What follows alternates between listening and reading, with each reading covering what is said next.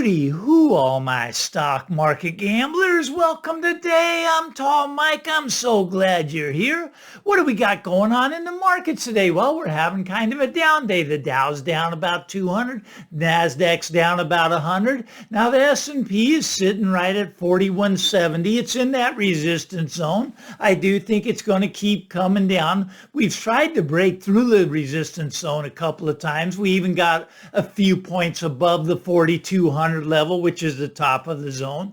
But I think we're going to start to come back down here. We'll see how that plays out. You see, this recent rally up in the markets has kind of been on very low, very low participation, very low breadth in the market. Now, when you have just a few stocks that are leading the rally higher, that's usually the tail end of the rally because there's not participation. Most stocks in the S&P are still below their 50-day moving averages. This tells me that the market wants to come in, that the market is going to head lower. We'll see how that all plays out. Your take may be completely different than mine. All right, let's get over to the housing market. Well, home price decline may be over. That's what CNBC says. The home price decline may already be over. Now, I disagree with that. I think we still got a bigger drop coming. I think we got about 40% downside from here. Now, why is it taking so long for it to play out? Why doesn't it just crash in one day?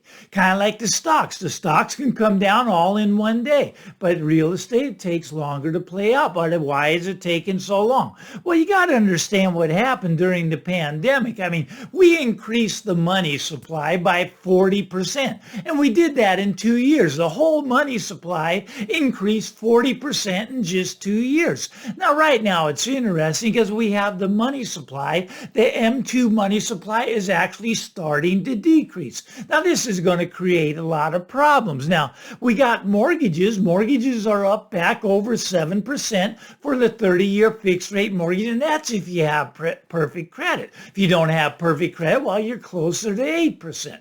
So what does this do? Well, it eliminates 80% of the people. 80% of the people can no longer afford to buy a home, right? And the 20% that can afford to buy a home, well, they don't want to unless they're a little bit crazy. Now, don't get me wrong. There are some what I would call bubble buyers. You do not want to be a bubble buyer. Now, you see, we're in the biggest bubble in the history of the world in real estate right now. Now, the bigger the bubble, the bigger the bust is going to be. Now, a lot of people don't understand it. They think that this bubble can just keep growing and growing and growing. It doesn't work that way. It just doesn't work that way.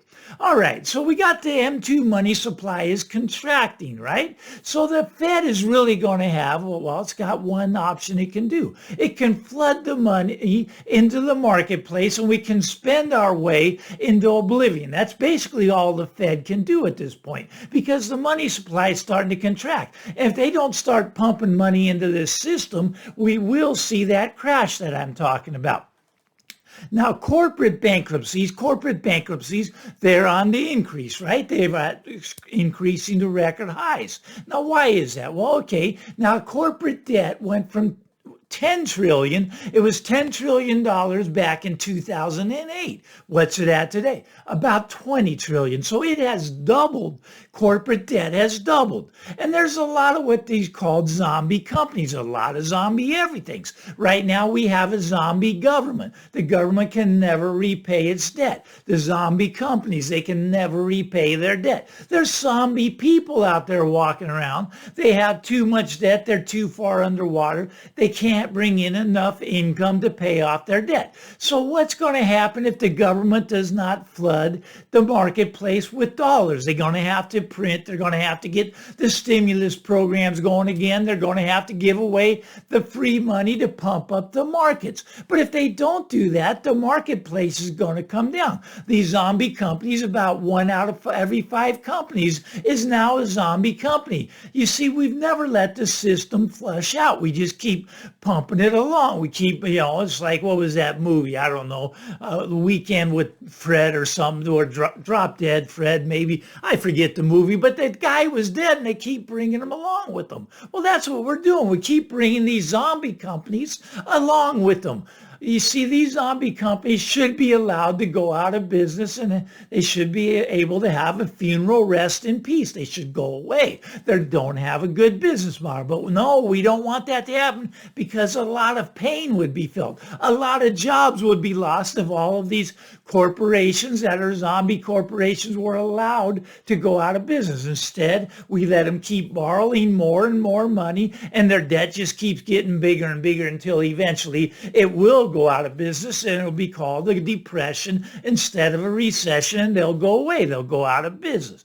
But now what a lot of the homeowners don't understand, you see, a lot of the homeowners think that, well, they agree with that article, home price declines may be over. They think that they're fine sitting in their home because they're sitting on all this equity. They got a lot of equity, and they compare the equity, Zillow's got their equity at this much, but Redfin's got it a little bit more, so they compare their equity with how much other people have. And so there's this equity envy going on, and there's this rate envy. I'm locked in at 2.9. Well, I'm at 2.8. Everybody's comparing things now. Now, you're not going to see this comparison in a year from now because a lot of people are going to be upset.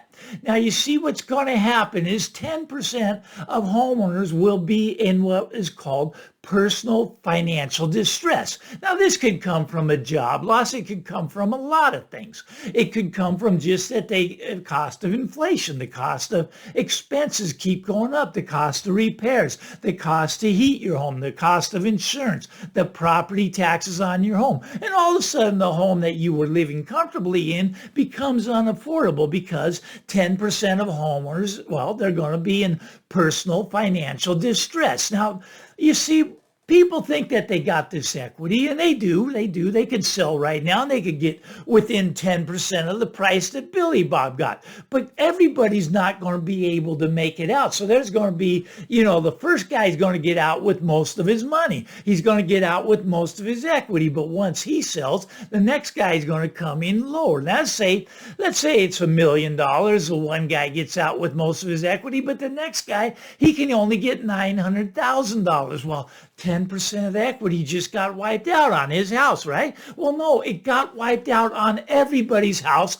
that lives in that neighborhood, that lives in the area. He set the new comp. He reset the market, and he reset the market lower. And the guy after him will continue to reset the market lower. Now, you're going to see people that have bought these homes, and a lot of people now own 2 homes. Some people own 3 homes. I know a lot of people that own 3 homes. Well, these people, they bought their homes without really thinking about it because it's kind of just a lackadaisical thing. Let's gamble on the housing market. It seems to keep going up. Well, once it starts going down, there's going to become panic, and these homes are going to be coming onto the marketplace. They're going to be coming on. Now, real estate does take time to play out, and I get a chuckle out of it. Some of the comments, one of the guys in the comments, he refers to me as an influencer. Look, I'm not trying to influence you about anything except to use your own brain, use your own mind, come up with your own, expectations of where you think the market's going. Don't just listen to me, but don't just listen to mainstream media either, and don't just listen to your realtor that says it's always a great time to buy. You got to make the own decisions for yourself. My take is we're going to come down by at least 40% from here. Now, the influencer goes on to say that, I'm the influencer, the guy making the comment about the influencer, right? He's going on to say that I'm crazy, that I've been calling for this crash now, that we're going to crash this year, and that's completely impossible. Well, it is always possible that we have a systemic crash. Now, a lot of people do not believe we're in a financial crisis. A lot of people don't think that we're in a banking crisis. The banking crisis is far from over.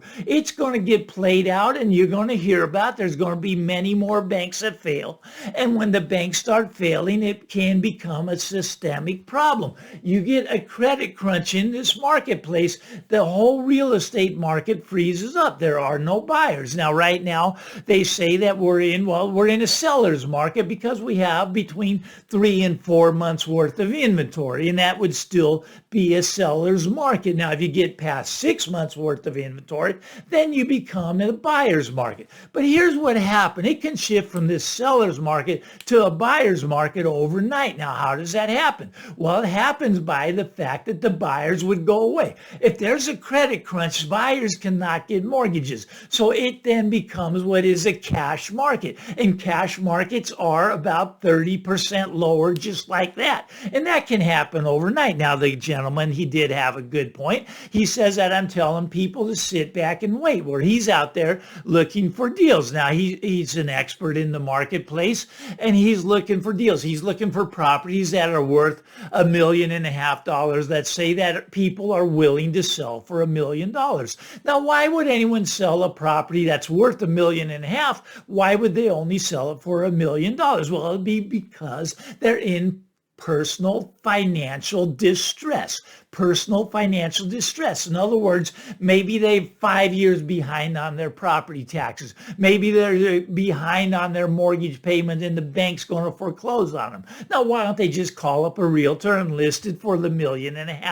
They've run out of time. The house is going to be auctioned off. They're in financial distress. They're in a panic mode. They don't have enough time to put the house on the market. They need to go out and get somebody that's going to buy the house this week because it's going to be auctioned off next week. They can't go through the selling process of taking, 30 days to find the buyer and then 30 days to close. They need a cash buyer that can close it up today, and those buyers come in at 30% less. And this guy's a professional. That's what he does. He looks for houses that are worth $1.5 million that the buyer will take $1 million because he's got the cash ready, or he's got a partner with the cash ready, and he goes out and buys the house, and then he flips it. Maybe he gets $1.3 million. He makes a quick $300,000. I've been involved with a lot of these over the years, but it is a special skill set to find a distressed seller. To find a distressed seller is not easy. It's not everybody can find that distressed seller. It's about 1 out of 100 sellers are that distressed seller that has to sell within the next week, or his house goes to foreclosure. It goes to the auction block. It gets sold out from underneath him. And if he doesn't close it in the week, he's going to lose everything. And he will take that $1 million offer on a house that's worth $1.5 million. So yes, if you do find a deal like that, you want to pick that up, if for no other reason but to flip it to someone else. These are called wholesalers. You buy it at wholesale and you flip it to a guy that wants to fix up the property and get the full retail price. That is a whole business in itself. I could teach you a seminar on how to do that. Maybe some of you want to learn about that, but it's a very specialized skill. It's not for everybody, but as time goes on, there's going to be a lot of people that are in this personal financial distress. Right now, it's about 1 out of 100. Pretty soon, it's going to be 1 out of 10. 10% of those sellers are going to need that cash offer, and they're going to need it by next week, or their house is going to get auctioned on the auction block. It's just that simple. But back to a seller's market versus buyer's market. Now, right now, we're in the seller's market, about 3 to 4 months worth of inventory. Now, soon it's going to shift to a buyer's market. Now, why is that? Well, because the buyers are going to go away. Let's say you got 5 properties for sale in an area with 100 homes, right? If there are no buyers, you have a lot more than 6 months worth of inventory because there's no buyers. I've been in this position. Look at a lot of the young people. If you're 35 or under, you've only seen up markets. You haven't lived through a down market. Believe it or not, prices do actually go down. Markets do come in. And the bigger the bubble, the bigger the bust. Now, in 2008, we had a 34% pullback. Now, I think the bubble is bigger this time. I can prove that the bubble's bigger. So I think that the bust is going to become bigger. Now, I know everybody goes, but Mike, it's different this time. We can print money. They're going to keep houses propped up. They're not going to let them fail. They're going to give 1% loans to people. They'll give free houses to people. They'll keep the prices up there. I'm telling you, that can be your take, and you might be right. My take is that we're going to revert back to the mean. We're going to come down by about 40 or 50%. This is just how I see it playing out. Now, of course, if you find that great deal where it's 30, 40% off already, then you want to pick up that deal because you can make some money.